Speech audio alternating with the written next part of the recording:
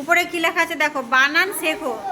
আমরা আজকে কি করব, বাংলা থেকে ইংরেজি বানান শিখবো। ওকে, দেখো প্রথমে কি আছে, ই রসি ই, তাহলে ই বাংলা ই, ইংরেজি কি হবে, আই। ই এর জন্য আই, আই। তারপরে আছে না, দন্তন না, না না কি থেকে হয়, এন বসাও। আই এন কি হলো, আই এন ইন হলো। তারপরে আবার আছে ই, ই আবার ই আছে দেখো, রসি ই, ই এর জন্য বসাও। আর তারপরে আছে জ, বর্গীয় জ যেটা, তাহলে জ, জ কি থেকে হয় আমরা জানি, এস, এস থেকে জ হয়, তাহলে আই এস ইজ। তারপরে আছে আবার ই, ই এর জন্য বসাও, ই এর জন্য আই।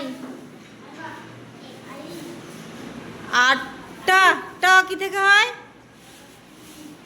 ট কি থেকে, ইয়েস টি, টি বসাও, আইটি, আইটি ইট।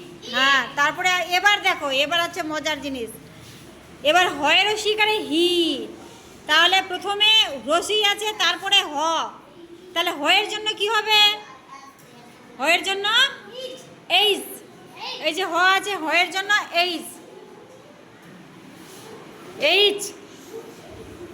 হ্যাঁ, আর ই যে আছে হয়ে রসি, ই এর জন্য আই, ই এর জন্য আই জানি, তাহলে এইচ আই। আর কি আছে জ, জ আছে না, হ্যাঁ জ এর জন্য কি এস, বর্গী জ যেটা জ, জ এর জন্য কিন্তু এস। হ্যাঁ, তাহলে এখানে আই এন ইন পড়ে শোনাও।